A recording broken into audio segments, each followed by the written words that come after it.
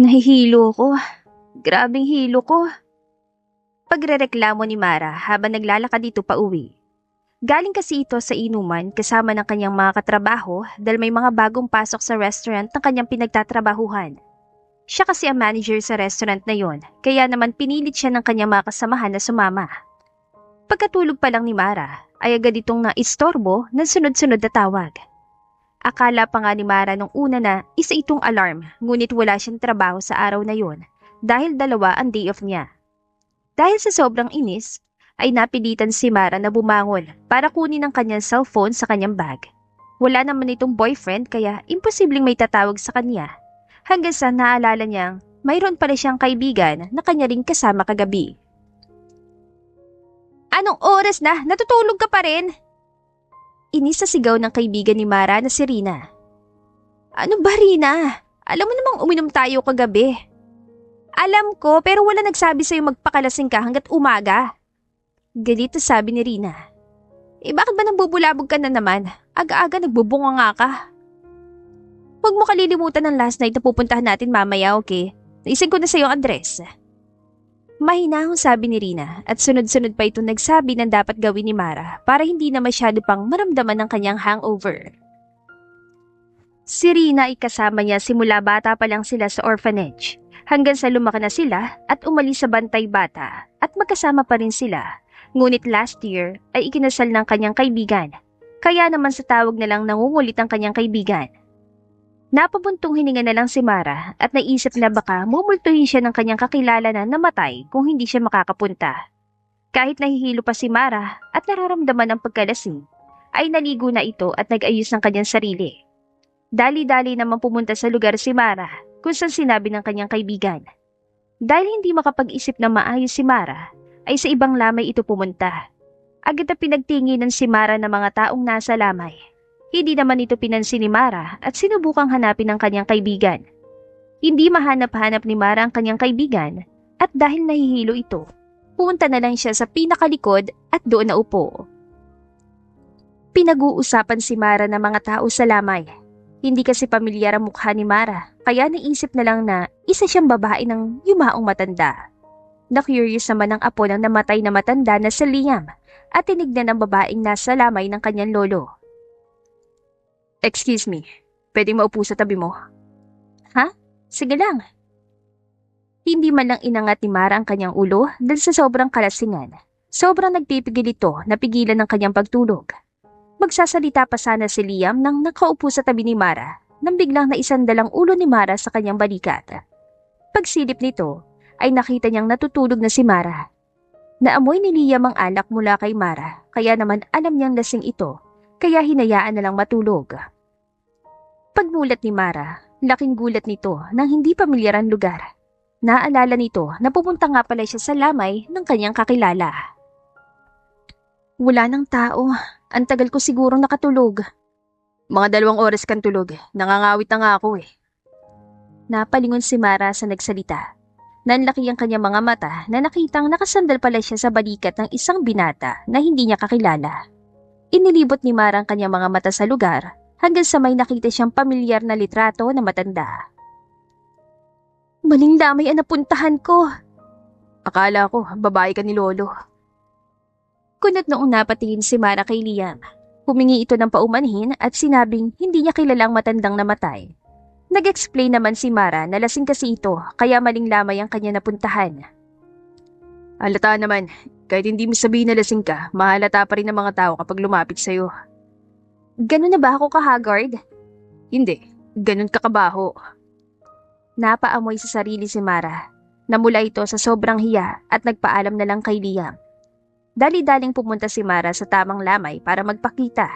Nakita niya agad ang kanyang kaibigan at nilapitan ito. Pagkalapit niya ay agad na nag-react si Rina na ang baho ni Mara. Naalala niya ulit ang lalaki at namula dahil sa kahihiyan. Bakit parang namumula ka? Nilalagnat ka ba o hanggang ngayon lasing ka pa? Ang lakas ng amoy mo. Pagtatanong at pagreklamo ni Rina sa kaibigan. Nakatulog ako, kahit papano. Nakatulog ako sa jeep. Magpabango ka nga, kumain ka na ba? Panigurado hindi pa. Magantay ka dito at kukuhanan kita ng pagkain. Mabait na sabi ni Rina at agad na tumayo para kumuha ng pagkain. Nagpabango naman si Mara, ngunit pakiramdam niya ay ang baho niya pa rin.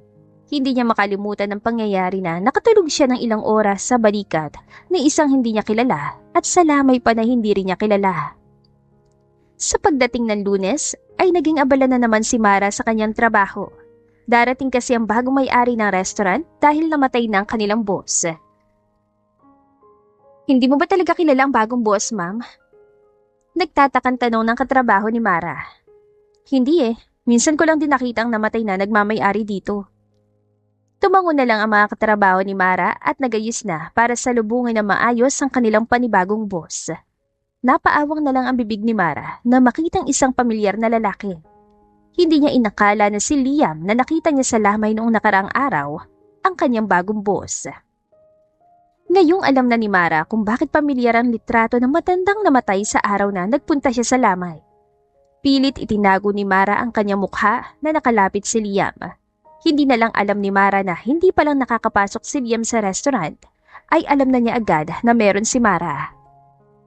Pigil sa pagtawa si Liam nang pilit na nagtatago si Mara para hindi siya makilala. Ikinagagal ako na makilala kayong lahat. Sinong manager? Ako po. Wala nang nagawa si Mara kundi humarap kay Liam. Napangisi naman si Liam na ikinahiya ni Mara dahil sa naalala na naman niya ang araw na natulog siya sa balikat nito. Ang galing naman ng timing niyo, Lord. Bakit naging boss ko pa yung lalaking yun? Inis na sigaw ni Mara sa kanyang isipan. Abala si Mara sa kanyang trabaho nang biglang may nagsalita sa kanyang likod.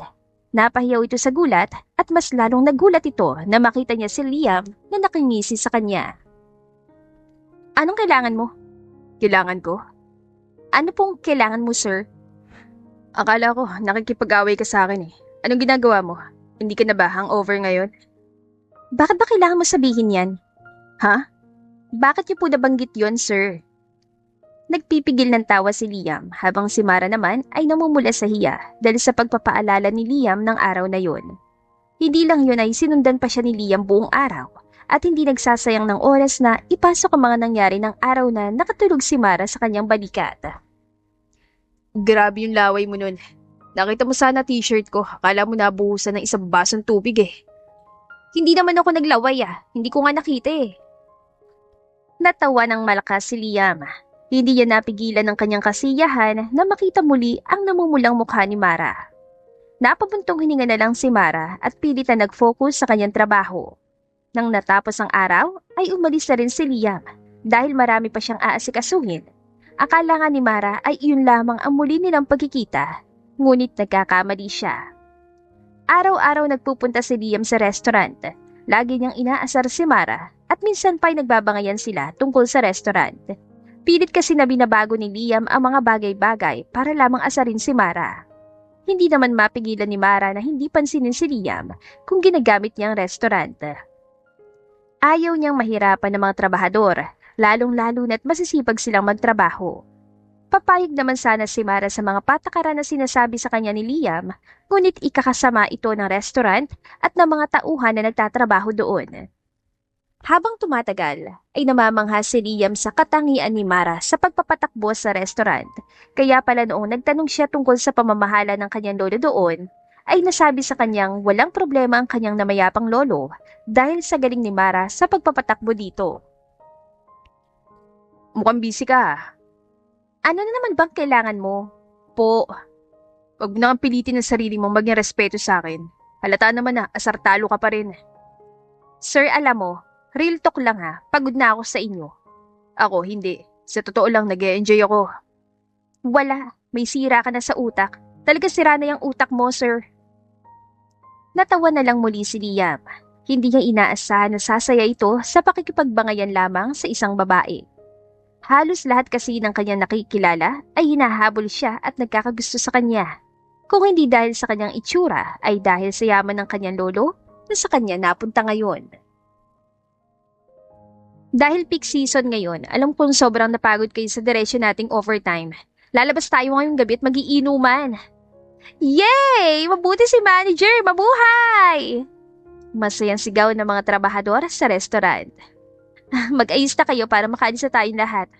Hindi mo ako sasama? Bakit pa? Wag na, masisira lang ang mood ng mga trabahador. Umiling-iling naman ang isang trabahador. Sinabi niya na mas gusto niya makilala si Liam. Sumunod naman na nagsalita ang ibang trabahador at sinabing gusto ring isama si Liam sa kanilang pagsasaya. Napasimangot naman si Mara at naiinis na tinignan ng kanyang mga kasamahan. Harap-harapan niyo akong tinatraidor Natawa ang lahat. Noong una ay laging kabado ang mga trabahador sa tuwing nagbabangayan silang dalawa ni Liam. Ngunit ang tumagal ay naengganyo din sila sa kanilang bangayan na minsan napapag-usapan nilang bagay sila. Ilang beses na rin itong inaasar kay Mara.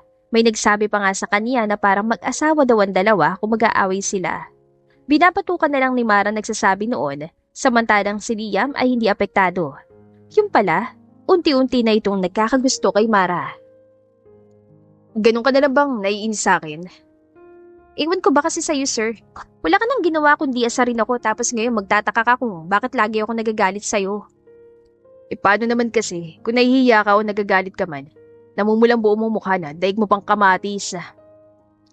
Huminga ng malalim si Mara at nagpipigil makipag-away. Pagod din kasi ito sa dami ng kumain sa restaurant dahil sa bakasyon, kaya naman, imbis na magalit si Mara, ay mas pinili niyang tapusin na lang ang kanyang trabaho para makaalis na sila. Nagpunta naman sa karaoke sina Mara kung saan pwede mag-inom. Tuwan-tuwa ang mga ito dahil sa wakas. Makakainom na rin siya dahil day off niya rin kinabukasan. Wala nang inisip si Mara kundi magsaya kasama ng kanyang mga kasamaan sa trabaho at kumanta. Hindi niya na nga rin pinansin si Liam nang tuluyan at nagsaya lang ito buong gabi. Hindi niya nalang inaasahan na pagising niya kinabukasan ay katabi na niya si Liam sa kanyang kama. Anong ginagawa mo dito? Dahil sa malakas na sigaw ni Mara ay nagising si Liam.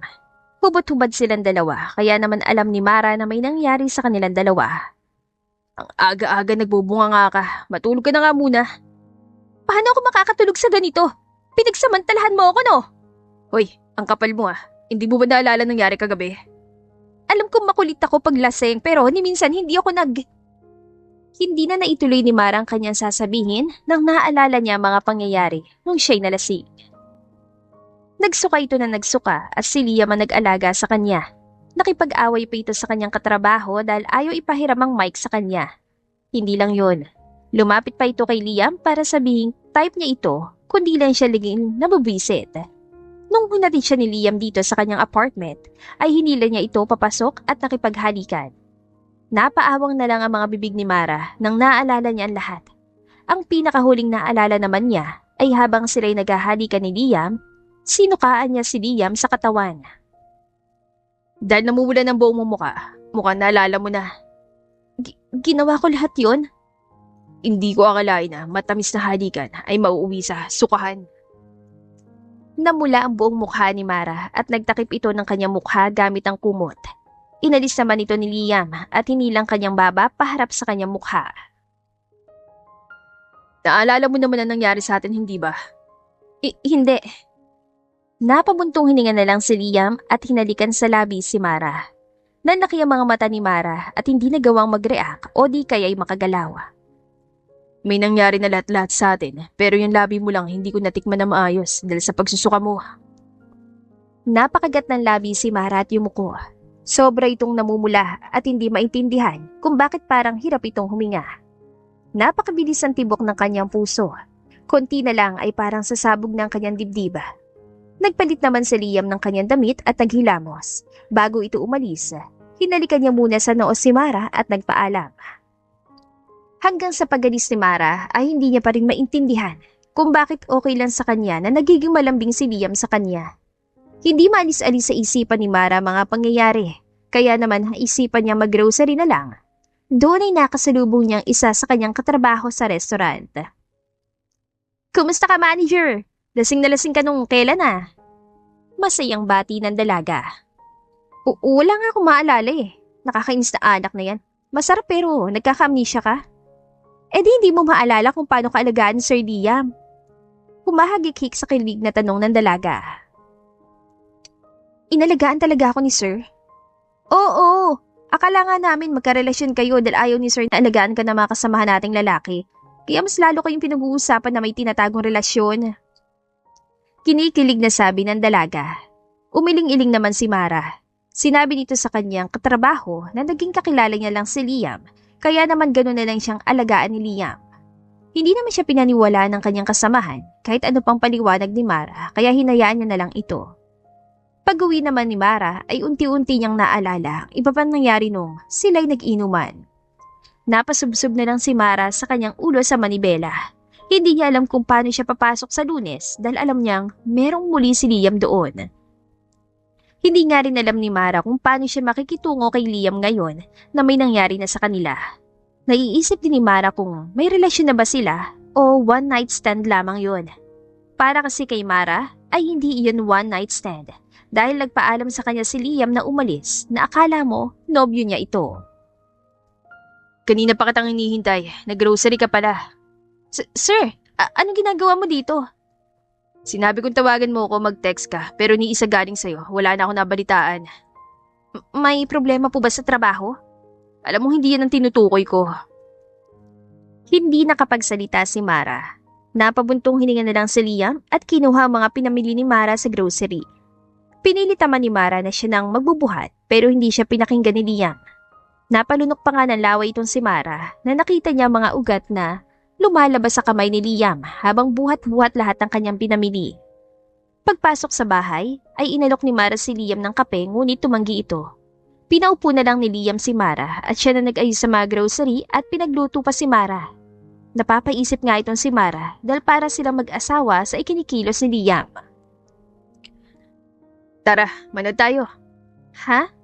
Manood tayo. May Netflix ka ba? Kung wala, ilagay ko Netflix ko. Bakit? Ayaw mo ba?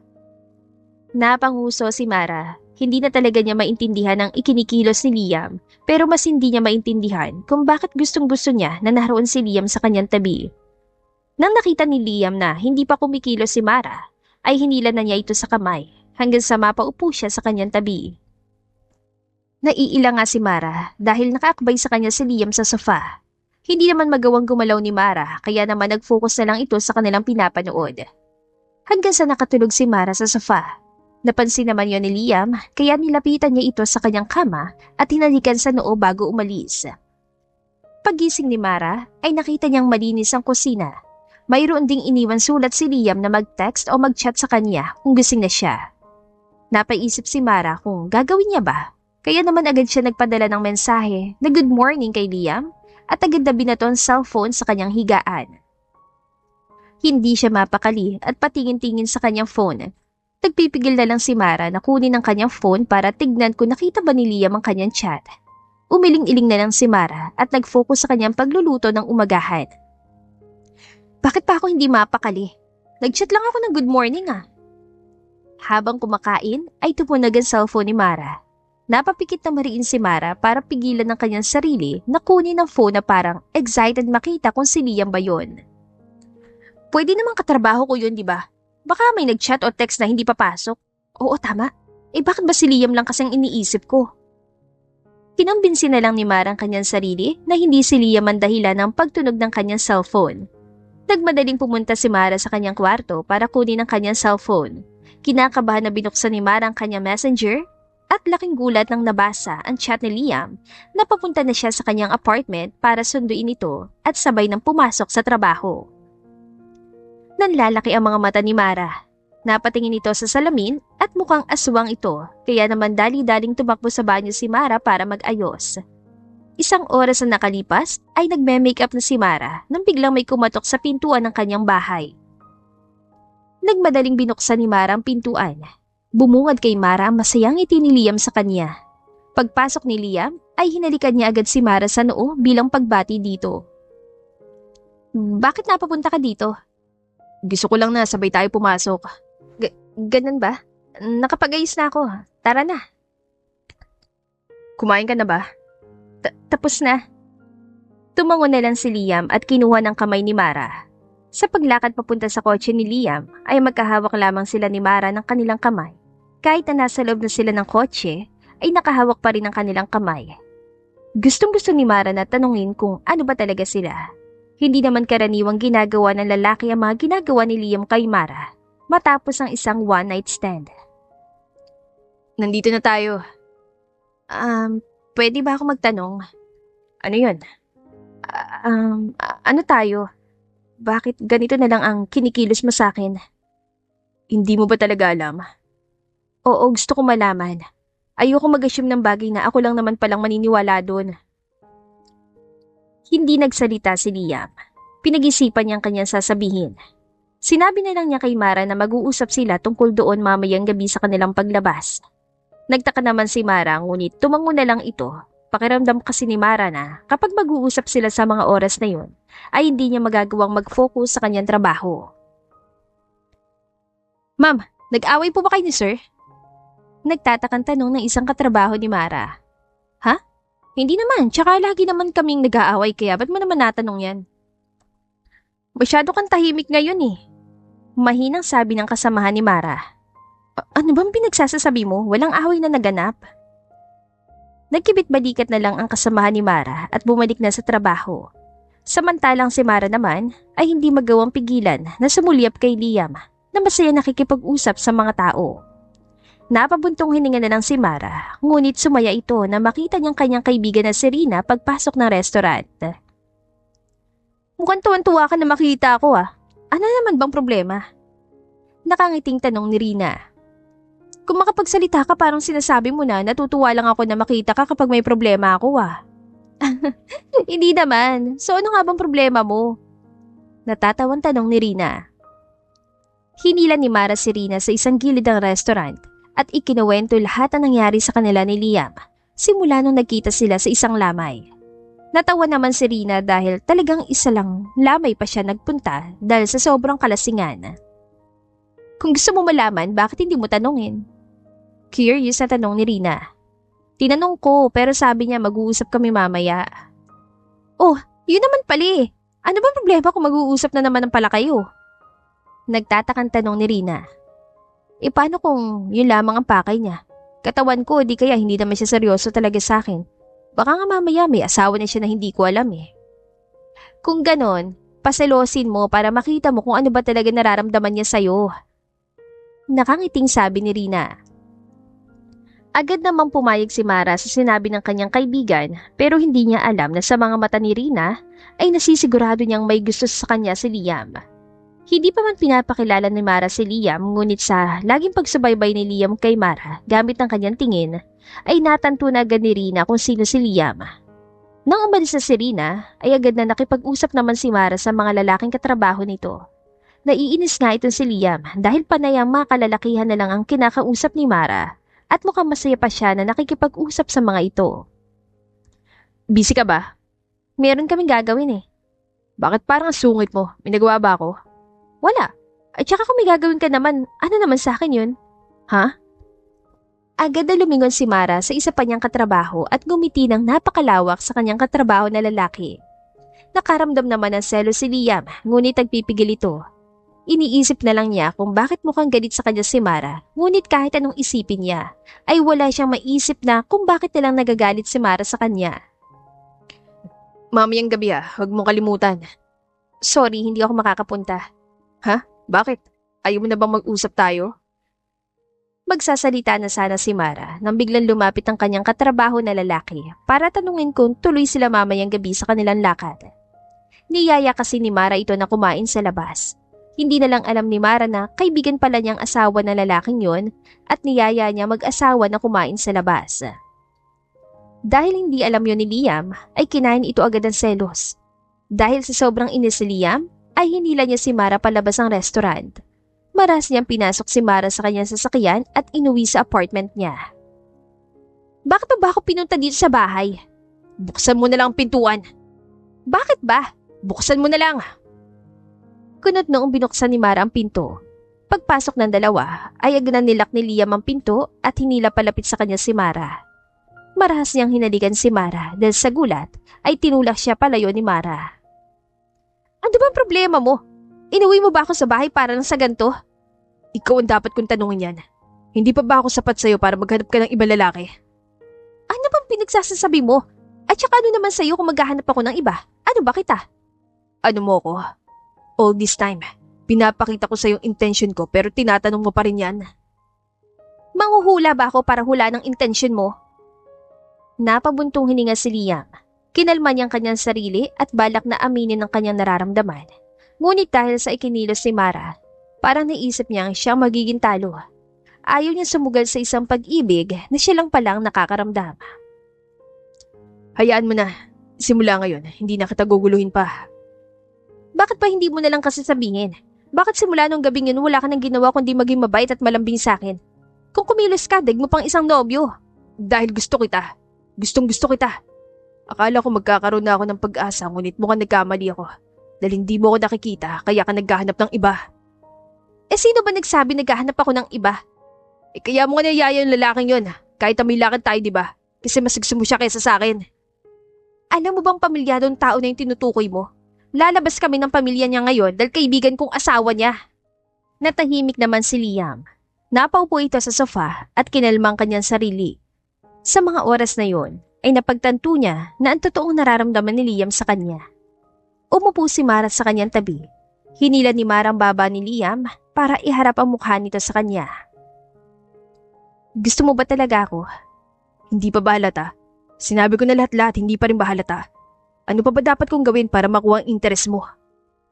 Nakuha mo naman na. Gusto ko lang makasigurado kong seryoso ka. Nagtaka naman si Liam sa gustong sabihin ni Mara sa kanya. Ikinawento ni Mara na ang dumalo na babaeng kinausap niya kanina sa restaurant sa Serena ay ang kanyang kaibigan at asawa ng katrabaho nilang lalaki sa restaurant. Ibig ba? Hindi ko alam kung ito nararamdaman ko pagkagusto rin sa'yo pero sa tuwing kasama kita, lagi na lang nagwawala tong puso ko. Napangiti si Liam at agad na hinalikan sa labi si Mara. Hindi naman nagprotesta si Mara at hinayaan ang kanyang puso magsalita. Humalik pabalik si Mara kay Liam hanggang lumalim ang kanilang paghahalikan. Binuhat ni Liam si Mara papatong sa kanyang mga hita. Pagkapatong ni Mara sa ibabaw ni Liam na nakaupo sa sofa, ay nagpatuloy ang dalawa sa kanilang paghahalikan. Napapahaplos pa nga itong si Liam sa likod ni Mara hanggang sa kanyang puwet. Nang mas lalong lumalim ang halikan at uminit ng katawan ng dalawa, ay unti-unting gumagalaw si Mara sa ibabaw ni Liam nang maramdaman niyang pagtigas ni Liam. Binuhat naman ni Liam si Mara nang siya ay tumayo para lumipat sa kama ni Mara. Dahan-dahang inihiga ni Liam si Mara sa kama na hindi tinitigil ang kanilang halikan. Pagkahiga ni Liam kay Mara, ay isa-isa niyang inaalis ang damit ni Mara sa gitna ng kanilang halikan. Nang tuluyan na nakahubad si Mara, ay pinaulan na ni Liam ng mga halik ang iba't ibang parte ng katawan ni Mara habang nilalaro ng kanyang kamay ang dibdib nito. Binalik ni Liam ang kanyang mga labi sa labi ni Mara para ipagpatuloy ang kanilang halikan. Nilipat niya rin ang kanyang kamay mula sa dibdib ni Mara papunta sa perlas ni Mara at nilaro-laro ito. Napaungol naman si Mara sa gitna ng kanilang halikan dahil sa ginagawa ni Liam. Nang hindi na nakapagpigil si Liam, ay inalis na rin niya ang kanyang t-shirt. Hindi niya inaasahan na sa pag-alis niya ng kanyang t-shirt ay babangon si Mara para alisin ang kanyang belt at buksan ang kanyang zipper. Binasa ni Mara ang kanyang mga labi na makita ang kabuuan ni Liam. Agad niyang kinain ang nakatayon junior ni Liam na nagpaungol ng malakas kay Liam. Napahawak si Liam sa ulo ni Mara habang kinakain siya nito. Nang tuluyan ang kinain si Liam ng kanyang init ng katawan, ay hinila niya si Mara pahiga muli sa kama at pumosisyon sa gitna ng kanyang mga hita. Unti-unti niyang ipinasok ang kanyang sarili at nang naipasok niya na ang kanyang kabuuan, ay mabilis at malakas itong pinagbabayo si Mara. Malakas na mga ungol ang lumabas sa bibig ni Mara na naging musika sa tenga ni Liam. Naging lakas ni Liam ang pag-ungol ng dalaga ng kanyang pangalan. Kaya naman mas lalo pa niyang nilakas at binilisan ang kanyang pagbabayo at sinisigurong mariin pa ang bawat bayo nito. Hingal na hingal ang dalawa na nilabas si Liam ang kanyang kasarapan. Akala ni Mara ay tapos na sila ngunit nagkakamali siya. Nang nahabol ni Liam ang kanyang hininga ay inilabas na niya ang kanyang armas kay Mara at binuhat patalikod si Mara. Napalunok na lang si Mara dahil sa mga oras na yon ay nanginginig na ang kanyang buong paa. Ipinasok muli ni Liam ang kanyang sarili kay Mara mula sa likod. Napahawak si Liam sa leg ni Mara at sinimula na muli ang malakas at mabilis sa pagbabayo nito sa kanya. Hindi inakala ni Mara na gano'n na lang kasarap ang mangyayari sa kanila ni Liam at nagtaka ito bakit hindi man lang niya maalala ang nangyari sa kanila noong siya'y lasing kung gano'n pala kasarap. Gusto ko lang talaga makasiguro. Sa iyo ko, Mara, iyong iyo ko. Para mas lalong masigurado, tatanungin kita ngayon. Ano namang itatanong mo? Will you be mine? Will you be my girlfriend? Napangiti si Mara. Napahawak ito sa kanyang dibdib at nagpipigil ng kanyang kilig. Tumango-tango si Mara at sinabing kay Liam lang siya. Doon ay nagsimula na ng tuluyan ang relasyon nila Liam at Mara. Hindi nila yon tinago sa kanilang mga kasamaan sa restaurant at hindi rin naman nagtaka mga ito dahil nakita na nilang mangyayari yon. Natuwa naman si Rina dahil nakahanap na rin sa wakas si Mara ng nobyo. Simula kasi nang naloko siya ng dati niyang nobyo, ay hindi na ito muling umibig pa. Halos hindi napakawala ni Liam si Mara. Lagi silang sabay pumapasok at sabay na umuwi. Dahil halos sa apartment ni Mara nakatira si Liam, ay tuluyan na lumapit si Liam sa apartment ni Mara. Mas komportable kasi itong si Liam doon kesa sa kanyang bahay. Wala naman naging problema sa relasyon ng dalawa. Sa restaurant ay lagi pa rin sila nagbabangayan, ngunit sa huli, sabay pa rin silang umuuwi na nakangiti. Minsan pa nga'y pinaglulutuan ni Liam si Mara kapag nakita niyang pagod ni Mara. Si Liam na rin na nag-grocery kung paminsan-minsan, pero kapag minsan naman ay dalawa sila ni Mara na mimili ng kanilang kakainin. Lagi ring nilalabas si Liam si Mara para ipasyal at kumain sa labas. Hindi nga inakala ni Mara na mayroon palang katulad ni Liam na lalaking mapagkakatiwalaan sa mundo. Sorry at hindi tayo sabay na umuwi. Nagtaka nga ako bakit yung driver mo nagantay sa akin. Kumusta meeting mo? Ayos naman kasi nakakapagod kausap pa mga matatanda. Panigurado hindi ka na nakakain na maayos doon. Gusto mo ipagluto kita? Anong lulutuin mo? Or anong naluto mo? Natawa na lang si Mara. Kahit hindi kasi sabihin ng mga bagay sa isa't isa, ay nagkakaintindihan agad ang dalawa na para bang kakilala na nila masyado ang isa't isa. Nagluto ng afritada si Mara para kay Liam. Agad naman nakaramdam ng gutom si Liam at kumain ng naamoy ang niluto ni Mara sa kanya. Ganun na lang ang naging setup ng dalawa. Kung kumilos at alaga ng isa't isa ay para mag-asawa. Kulang na lang sa dalawa ay ang kanilang kasal na lagi rin binabanggit ng kanilang mga katrabaho. Hindi naman ito pinag-iisipan ni Mara dahil kahit tumatagal na silang magkasama ni Liam ay ayaw niya pa rin magmadali. Ngunit ang mas lalong tumindi ang pagtatanong sa kanila ng kanilang kasal ay may napansin si Mara kay Liam. Lagi nag-iibang itsura ni Liam sa tuwing tinatanong sila kung kailan ang kasal. Okay ka lang? May problema ba kanina? Wala, bakit mo naman naitanong? Kasi kanina nung tinatanong tayo sa kasal parang hindi ka mapakali. Alam mo naman na nagbibiro lang sila, di ba? Wala, hindi yon. Wala namang problema sa akin kung ikasal tayo. Doon din naman ang punta ng relasyon natin, hindi ba? Oo naman. Napangiti si Mara.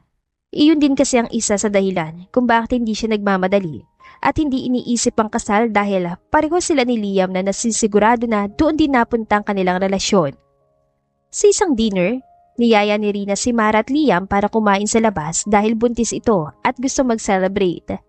Masayang pumayag naman ang dalawa ngunit biglang nagalit si Liam nang natanong muli sila ni Mara tungkol sa kasal.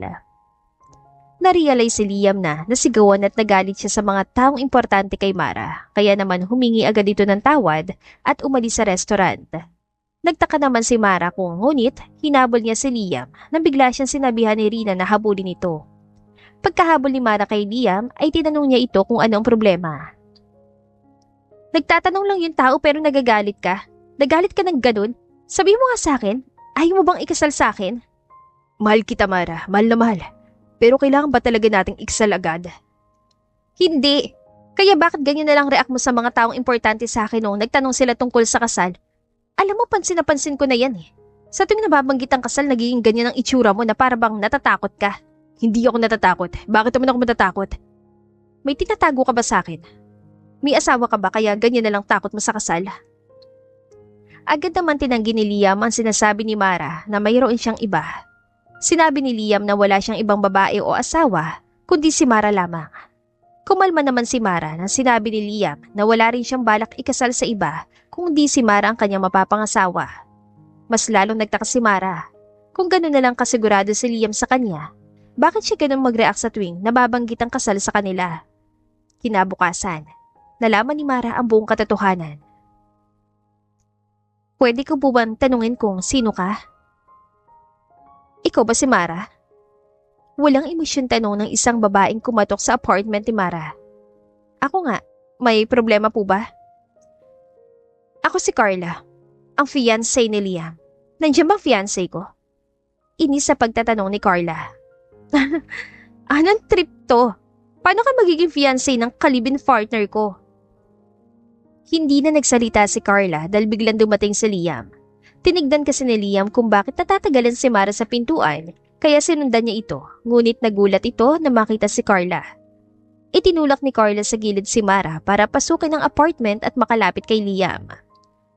So, nandito ka lang pala. Masungit na sabi ni Carla. Carla, umalis ka na. Huwag mo idami si Mara sa gulo natin. Nagpapatawa ka ba? Gulo natin? Matagal na siyang kasama sa gulo natin simula nung gusto mong itigil ang engagement ang dahilan dito sa babaeng to. Inis sa sigaw ni Carla. Sinabi ko sa'yo, wala akong balak ikasal sa'yo. Kunot noong napatingin na lang si Mara sa dalawa hanggang sa nainis na lang din ito sa sinampal ng malakas si Liam. Nanahimik ang dalawa. Parang naging estatwa si Liam na makita lumuluhang si Mara. Kaya pala ganun na lang ang reaksyon mo sa tuwing nababanggit ang kasal sa atin dahil nakatadhana ka ng ikasal sa iba. Makinig ka sa akin. Arrange engagement lang ito nila lolo. Pumayag ako kasi hindi pa kita nakikilala. Kaya nakilala kita at napaibig ako. Pilit kong pinatigil ang aming engagement pero ayaw nila. Bakit hindi mo sinabi sa akin kung ganun? Kailan na kayo katagal? 2 years? Pero kailan mo lang ginusto na itigil ang engagement? Natatawang pagtatanong ni Carla. Hindi na kinaya ni Mara ang kanyang nararamdaman, kaya pinaalis niya si Carla at si Liam. Sinabihan ni Carla na kaawa-awa si Mara at umalis, ngunit si Liam ay hindi umalis at nagmakaawa kay Mara. Humahagulgol na sa pag-iiyak si Mara habang kinukuha ang mga gamit ni Liam. Pinagbabato niya ito sa kanya. Paulit-ulit ang sigaw ni Mara na lumaya si Liam at hindi na muli magpakita sa kanya. Maawa ka sa akin. Hindi ko intensyon na itago sa'yo talaga to. Kaya nga ayokong ikasal muna tayo dahil inaayos ko yun sa amin. Wow! Anong gusto mo? Magpasalamat pa ako sa'yo dahil tinago mo sa akin ang pagkakaroon mo ng fiancé? Ginawa mo pa akong kabet? Hindi ka kabet dahil wala kami relasyon ni Mara. Desisyon yun nila lolo noon at hinayaan ko lang dahil wala akong interes noon ngunit nakilala kita. Umalis ka na, Liam. Nandidiri na ako sa mga kasinungalingan mo. Maniwala ka please. Parang awa mo na maniwala ka sa akin. Hindi nagsalita si Mara at patuloy sa pagpapaalis kay Liam sa apartment nito. Hindi naman umalis si Liam at nanindigan sa gusto niyang makipagayos kay Mara. Dahil sa mga emosyon na dala ni Mara, ay hindi na niya makayanan kaya naman agad itong umalis. Wala siyang dala-dala at umalis na lang ito. Hinabay siya ni Liam ngunit agad ito nakasakay sa taxi. Kahit anong tawag ni Liam sa kanya, ay hindi niya ito sinasagot dahil iniwan niya ang kanyang gamit sa apartment. Nagmakaawa naman si Liam kay Rina at sa iba pang katrabaho nila sa restaurant, ngunit ni isa ay walang masabi kung nasan si Mara.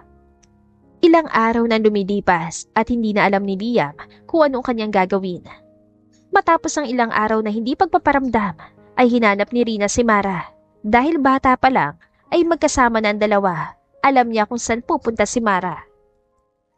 Ilang araw ka na naming hinahanap. Pati si Liam nababaliw nakakahanap sa'yo. Nag-aalalang sabi ni Rina. Pwede ba, Rina? Kung pupunta ka rito para sabihin na bumalik ako kay Liam, umalis ka na lang. Ano ba kasi nangyari? Mabuti na lang alam ko nandito ka sa orphanage kung saan tayo lumaki, nagpunta, kundi baka nagtawag na ako ng pulis para ipahanap ka. Muling pagtatanong ni Rina. Nang nakita ni Mara ang pag-alala sa mukha ni Rina, ay naglakas loob ito nagkwento. Hindi makapaniwala si Rina sa kanyang narinig dahil alam niya at kitang-kita niya kung paano siya mahalin ni Liam. Paano kung talagang sinubukan ni Liam na itigil ang engagement nila? Hindi ba sabi niya na hindi naman niya gusto yon? Pumayag lang siya dahil hindi niya inaasahan na makikilala ka niya. Kunot noong sabi ni Rina. Bakit hindi niya sinabi sa akin? 2 taon kami nagsama sa iisang bubong. Akala ko, kilala ko na siya pero hindi pa pala. Sa 2 taon na yon, pangalawang babae pala ako sa buhay niya. Naiintindihan ni Rina kung saan nagagaling si Mara. Kaya naman, hindi na siya nagsalita at niyakap na lang ang kanyang kaibigan.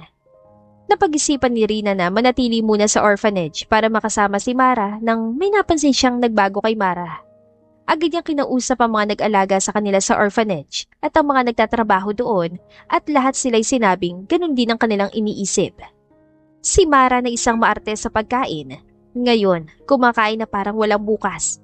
Para ring namamanas ang kanyang mukha at lumaki ang kanyang tiyan.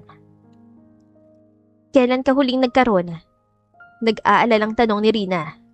Hindi ko napansin. Alam mo namang irregular ang regla ko, di ba? Sensitive ba ang dibdib mo? Muling tanong ni Rina. Nagtaka naman si Mara. Ganun kasi ang nararamdaman niya sa kanyang dibdib, kaya nagtaka ito kung paano nalaman yun ni Rina. Sinabi naman ni Mara ang napapansin niya sa kanyang katawan at agad na kinabahan nang sinabi ni Rina na magpa-check up sila. May sakit ba ako? Kaya ba ganito na lang ang nangyayari sa akin? Lagi din kasi ako nahihilo eh. Hindi sakit. Basta mag-ayos ka na lang at pumunta tayo ng klinik. Seryosong sabi ni Rina. Umiling-iling naman si Mara. Takot kasi ito sa ospital, kaya sinabi niya kay Rina na ayaw niyang pumunta. Para kay Mara, hindi sakit ang kanyang nararamdaman dahil malakas siyang kumain, kaya para sa kanya ay wala lang yun. Huminga na lang ng malalim si Rina at sinabihan si Mara na antayin siya. Umalis si Rina at matapos ang ilang oras ay nakabalik na rin ito. Saan ka ba nagpunta? Bakit ang tagal mo? Kunin mo lahat ito at subukan mo sa banyo. Dalian mo. Pagmamadali ni Rina kay Mara at binigay ang isang paper bag. Pagpasok ni Mara sa banyo ay agad niyang tinignan na naman ang paper bag. Nanlaki ang kanyang mga mata nang nakita ang pregnancy test ang pinamili ni Rina. Napalunok ito sa kaba. Ngayon naiisipin niya ng mabuti. Lahat ng kanyang mga nararamdaman ay sign ng pagbubuntis. Isa-isang luha nagsibagsakan sa mga mata ni Mara habang sinubukan niyang mag-test ng 5 PT. Napasingap ito ng malakas nang nakita niya na lahat ng iyon ay positive. Napahawak si Mara sa kanyang tiyan at umiyak ng umiyak. Hindi niya aakalain na sa pag-iwan niya kay Liam ay mayroon siyang daladala na memorya galing sa lalaking minahal niya ng sobra. Kailangang malaman to ni Liam. Seryosong sabi ni Rina. Nagjuju ka ba? Alam mo kung ano nangyari tapos gusto mo pang malaman niya? Mara, open your eyes. Alam ko naiintindihan mo sitwasyon ni Liam, ngunit ayaw mo itong tanggapin dahil sa takot mo maulit muli ang nakaraan pero hindi si Liam ang ex mo. Inisasabi ni Rina. Anong gusto mo? Hayaan ko na, lokohin niya ako. Kung nakita mo lang si Liam sa ilang araw na wala ka, hindi mo maitatanong yan. Seryosong sabi ni Rina. Natahimik naman si Mara dahil sa sinabi ni Rina ay na-curious ito sa nangyayari kay Liam. Ilang araw nang iniisip ni Mara si Liam. Noong nagkaroon siya ng lakas ng loob ay tinanong niya si Rina. Sinabi ni Rina na simula nung nawala siya ay araw-araw siyang hinahanap ni Liam at nagmamakaawa sa kanila. Muntik pa nga daw lumuhod si Liam kay Rina para lang malaman kung sa'y siya, ngunit pinigilan siya ni Rina. Halata sa itsura ni Liam ang pagod at puyat na pati si Rina ay nag-aalala sa kanyang kalagayan. Alam ni Mara na tama lang na magalit siya. Pero nang narinig niya nangyayari kay Liam kay Rina, ay nakokonsensya siya agad. Aalis na ako. Kailangan din ako ng pamilya ko. Malambing na sabi ni Rina. Ayos lang. Mag-focus ka sa pamilya mo at kaya ko naman ang sarili ko. Please, Mara. Kung wala kang tiwala sa ibang tao lalo na sa mga lalaki, ako naman pagkatiwalaan mo. Buksan mo puso mo at makipag-usap ka kay Liam. Nakangiting sabi ni Rina. Pag-iisipan ko. Napangiti na lang si Rina at niyakap ang kaibigan. Samantalang si Liam ay abala sa pakikipagkita sa pamilya ni Carla. Nakikiusap ito na itigil ng kanilang engagement ni Carla. Gusto mo talaga matigil ang engagement niyo ng anak ko? Dapat handa ka na. Babawiin namin lahat ng connection namin sa kumpanya ng lolo mo. Seryosong sabi ng ama ni Carla. Sige. Kahit itigil niyo na lahat ng pakikipagsosyo sa kumpanya namin. Wala na akong pakialam. Basta matigil ang engagement namin. Ganyan ka na baka desperado na mapunta sa babaeng yon? Ganita sigaw ni Carla. Wala na akong pakialam sa gusto mong isipin. Ang sa akin lang, matigil ang engagement natin na maayos dahil kahit papano, naging malapit ang pamilya mo kay Lolo. Kaya ginagawa ko ito, pero kapag ginagawa niyong panakot sa akin ng shares niyo sa kumpanya, wala na akong paki. Kung ayaw niyo, itigil ang engagement, sige. Pero kay Mara, sa babaeng mahal ko ako magpapakasal. Ano ba nakita mo sa babaeng yun? Isang manager sa restaurant? Pera lang habol ang babaeng yun sa'yo. Umiiyak na sigaw ni Carla. Huwag mong pagsalita ng ganyan si Mara. Siya, nagtatrabaho siya para sa sarili niya habang ikaw, anak ka lang na mayaman kaya may kaya ka. Hindi nakapagsalita si Carla. Inilibot ni Liam ang kanyang paningin sa pamilya ni Carla at muling nagpaalam. Sa ilang araw na wala siyang balita kay Mara, ay nawalan na ito ng pakisalahan. Nagsisisi si Liam na dapat nung una pa lang na alam niyang mahal niya si Mara o nagkakaroon na siya ng interes kay Mara, ay tinigil na niya ito. Pag-uwi ni Liam sa apartment ni Mara, ay humahagulgol muli ito sa pag-iyak hanggang sa may tumawag sa kanya. Dali-daling sumagot si Liam na nakita niyang si Rina ang tumatawag. Talaga? Nandun siya? Sigurado ka ba? Sinabi ni Rina ang lahat, ngunit hindi niya sinabi ang pagdadalang tao ni Mara. Hindi naman na nagsayang ng oras si Liam at nagpunta sa orphanage na sinabi sa kanya ni Rina. Nanlaki ang mga mata ni Mara na makita si Liam sa labas ng orphanage na nag-aantay sa kanya.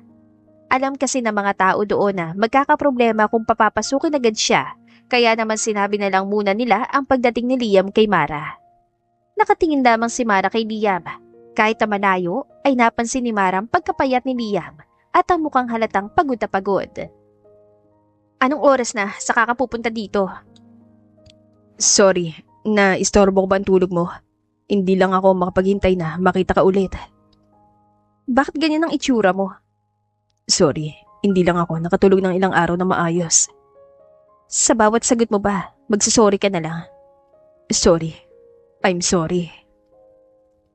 Parang dinudurog ang puso ni Mara na makita na kayuko si Liam. Napakagat na lang ng labi si Mara at pinapasok na si Liam. Kumuha agad si Mara ng pagkain at pinagandaan si Liam. Nagtimpla pa ito ng kape nang makita ni Mara ang mabilis na pagkain ni Liam na para bang ito'y gutom na gutom. Mas lalo siya nag-alala.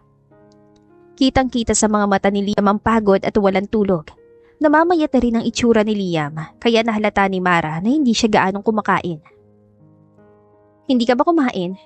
Hindi ka ba natulog? Hindi ka man lang ba nagpahinga? Hinahanap kita eh. Bakit? Bakit mo ko hahanapin? Kasi ayaw kita mawala. Hindi na napigilan ni Mara ang kanyang sarili. Humagulhol na ito sa pag-iyak at nilabas lahat ng sama ng loob niya sa nangyari sa kanila ni Liam. Agad naman tumayo si Liam at lumapit kay Mara para yakapin ito. Walang katapusan na paghingi ng tawad ang lumabas sa mga bibig ni Liam. Nang nagawang kumalma ni Mara, ay tinanong niya muli kung bakit ba humantong sa ganun. Sinabi ni Liam lahat ng pangyayari hanggang sa pakikipag-usap nito sa pamilya ni Carla. Kinain ng konsensya si Mara. Tama nga sinabi sa kanya ng kanyang kaibigan na si Rina. Naiyak na rin si Liam. Humingi ito ng tawad kay Mara at nagmamakaawa na umuwi na sila. Pangako ko sa'yo, aayusin ko na. Lahat sasabihin ko sa'yo. Hindi na ako magtatago ng ganung bagay at hindi ko na rin hahayaan na mangyari ulit yun. Bumalik ka lang sa akin, lahat gagawin ko. Paano kapag sinabi ko, hindi lang ako babalik? Hindi lang ako. May bata akong kasama. Tatanggapin mo pa ba ako? Anong ibig mong sabihin? May aampunin ka ba rito? Okay lang sa akin, mamahalin ko siya ng buong buo. Kayong dalawa magiging mabuti akong ama. Hindi. Kinuha ni Mara ang kamay ni Liam at inalapag ito sa kanyang tiyan. Nalaki ang mga mata ni Liam na luhaan nang na-realize niya kung anong gustong sabihin ni Mara. Mas lalong humagulgol sa pag-iyak si Liam. Wala na itong masabi kundi sorry at salamat dahil siya magiging ina ng kanyang anak. Nagyak pa ng dalawa. Sa mga oras na yon ay tuluyan ang pinakawala ni Mara ang galit at duda niya sa lahat. Nangako siya sa kanyang sarili na hindi na niya hahayaan na maapektuhan ang kanyang desisyon ng kanyang nakaraan.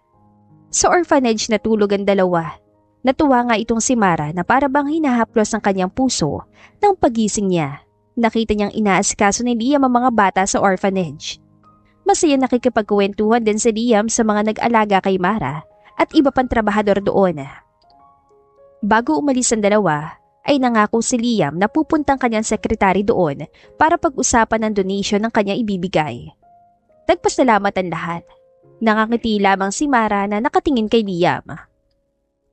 Okay ka lang ba? Masyado ba nakakapagod ang biyahe? Ano ka ba, Liam? 1 oras lang ang biyahe. Kahit na, gusto mo bang kumain o may gusto ka bang kainin? Pagluto mo ko ng carbonara na may hotdog. Malawak na napangiti si Liam. Pag-uwi nila, ayun agad ang kanyang ginawa. Sa mga sumunod na araw, ay pumasok na rin si Mara sa restaurant. Niyakap siya lahat ng kanyang katrabaho dahil sa pag-alala sa kanya. Naging masaya naman ang lahat nang malaman na buntis si Mara. Si Liam naman ay naging abala sa mga bagay-bagay. Ibinenta niya ang bahay kung saan siya lumaki at bumili ng bago nang hindi alam ni Mara. Naganda rin si Liam na magarbong sorpresa sa restaurant para makapag-propose si Mara gamit ang tulong ng ibang katrabaho. Naging tahimik muli ang buhay nila Liam at Mara. Habang tumatagal, ay unti-unting bumabalik ang sigla ni Mara kay Liam hanggang sa tuluyan ang nawala ang sama ng loob ni Mara. Anong kailangan mo at pupuntahan mo pa ako dito? Hinahanap mo ba si Liam? Hindi. Ikaw ang pakay ko. Pwede ka ba makausap? Seryosong tanong ni Carla. Nag-alala naman ang mga katrabaho ni Mara, ngunit sinabihan nila ito na huwag sabihin kay Liam ang kanilang pag-uusap. Tumango naman ang mga ito at nagayos na si Mara para sundan si Carla. Pumunta ang dalawa sa isang coffee shop na walang masyadong tao. Sabi mo na sa akin kung anong kailangan mo. Hindi mo ba kayang hiwalayan si Liam? Milyon-milyon na mawawala sa kumpanya na iniwan ng kanyang lolo dahil lang sa'yo. Desperadang sabi ni Carla. Alam ko. Kung ganun, bakit hindi mo pa siya hiwalayan? Hayaan mo na lang bang makita si Liam na bumagsak? Kunot noong pagtatanong ni Carla. Sinabi sa akin ni Liam yan. Pinaliwanag niya sa akin. Sinabi ko na rin sa kanya na mas mabuti pa siguro maghiwalay kami pero alam mo sabi niya? Ano, nangako na naman siya ng isang bagay na hindi naman makatotohanan? Natatawang tanong ni Carla. Gagawa siya ng paraan, lumaki siyang pinapanood ang kanyang lolo sa pagdinegosyo kaya malaki ang tiwala niya magiging maayos ang lahat. Niwala ka naman. Tama nga ako. Isang walang alamang minamahal ni Liam. Ano bang ginawa mo para mahalin ka ni Liam kahit ganyan ka namang klaseng babae? Galit na pagsisigaw ni Carla. Tama ka. Wala akong alam. Hindi ka tulad ni Liam. Lalo na sa pagnenegosyo. Pero isa lang ang alam ko. Determinado si Liam. Natuto na rin ako sa pagkakamali ko na hindi siya pagkatiwalaan. Pinaglalaban niyang pagmamahalan namin. Kaya yun din ang gagawin ko. Magsasalita pa sana si Carla nang biglang tumayo si Mara at sinabing baka hinahanap na siya ni Liam dahil masyadong overprotective si Liam noon nalaman nilang buntis siya. Namula sa galit si Carla. Kinain ito ng inggit at selos, lalong-lalo na nang nalaman niyang bumubuo na sila ng pamilya ni Liam. Matapang na umalis si Mara sa coffee shop at bumalik sa restaurant. Ngunit sa pagbalik niya, nakita niyang halos walang katao-tao sa restaurant. Napatingin siya sa kanyang relo at nakitang hindi pa naman closing time. Napapikit-pikit ang mga mata si Mara nang biglang may nakita siyang red carpet na punong-puno ng mga rosas. Sa paglalakad niya at pagsunod sa red carpet at mga rosas, ay biglang may nagpatugtog ng kanta.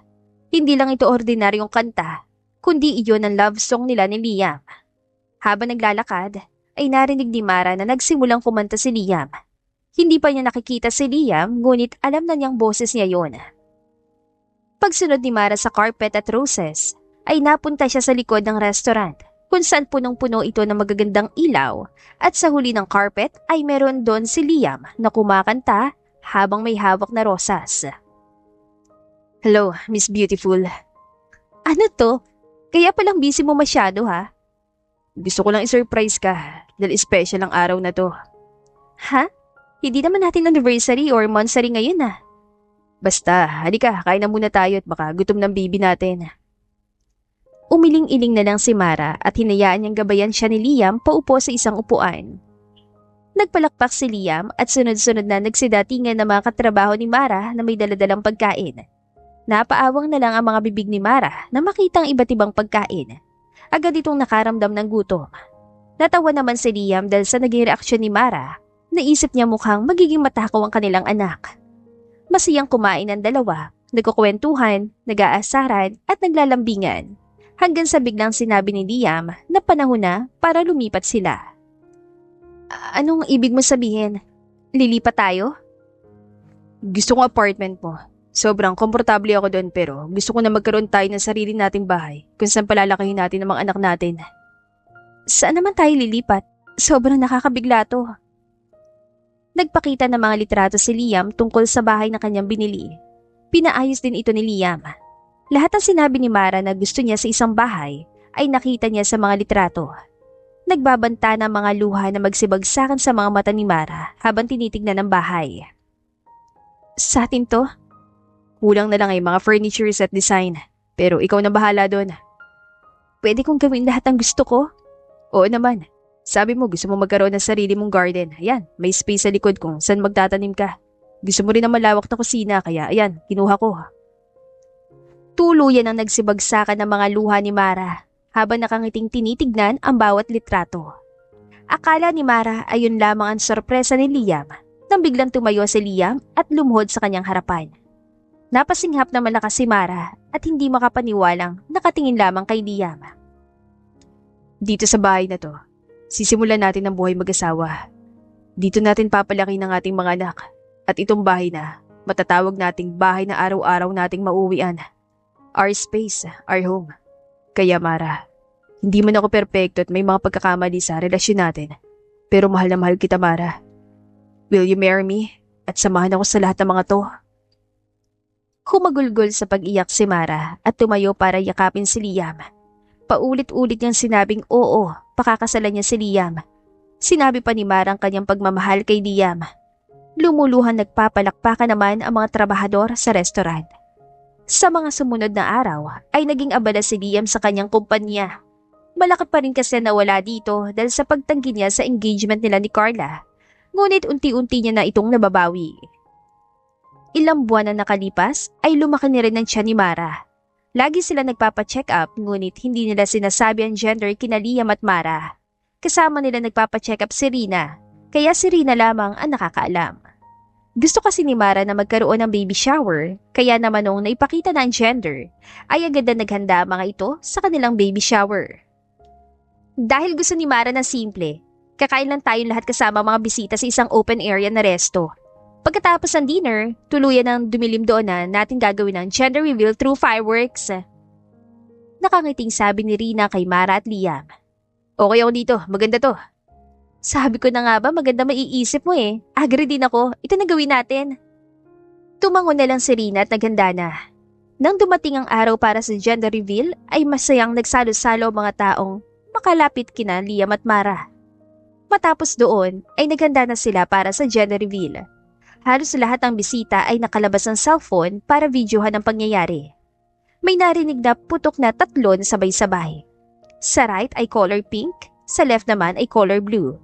Nung una ay nagtaka ang mga tao dahil parehong gender ang lumabas, ngunit paglapag ng pangatlong putok sa kalangitan ay napahiyaw ang mga tao. It's a twin. Kambal? Kambal ang anak natin, lalaki at babae. 2 anak ko. Lalaki at babae, Liam.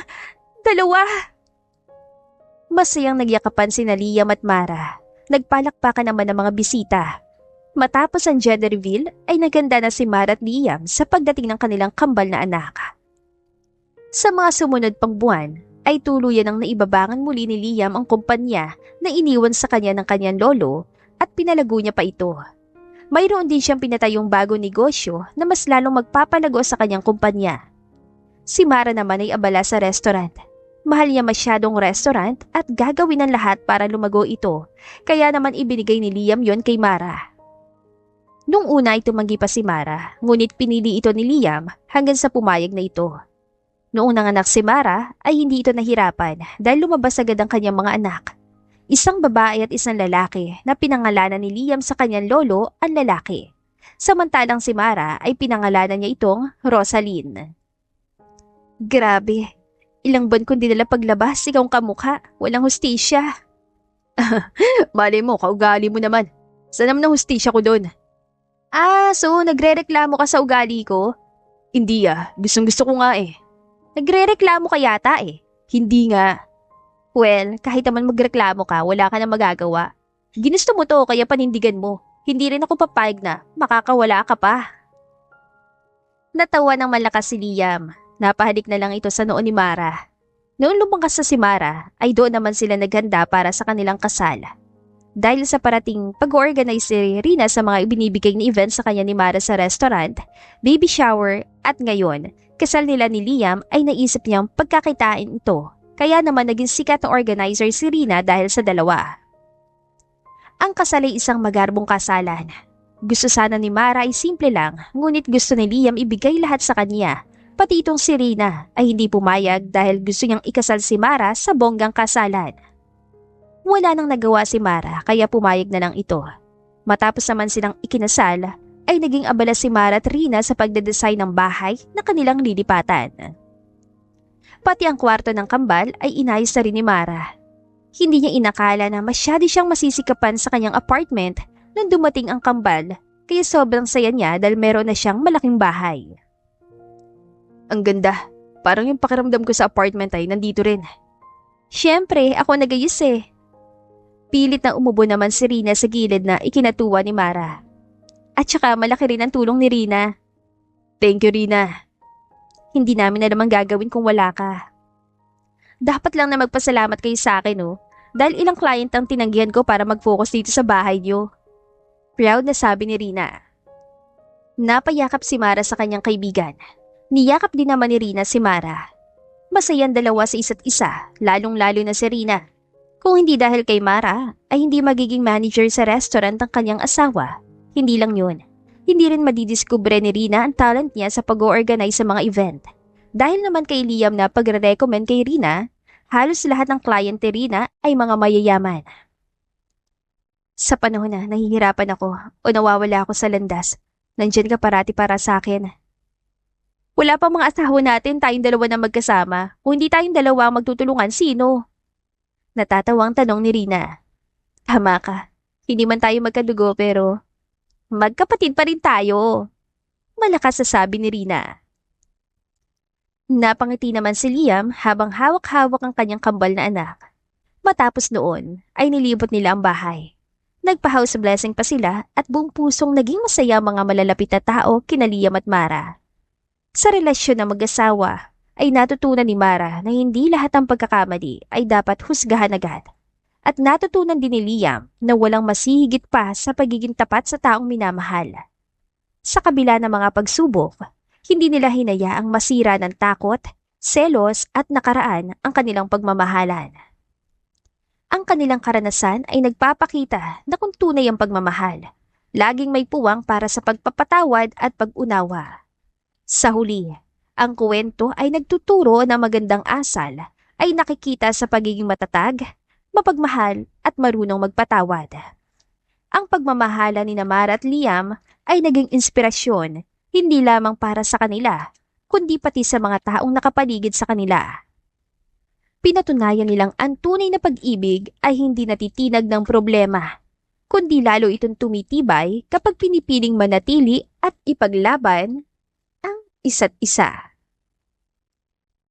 At dito na po nagtatapos ang ating kwentong pag-ibig. Maraming salamat po sa pakikinig. To God be the highest glory. Hanggang sa muli. Paalam!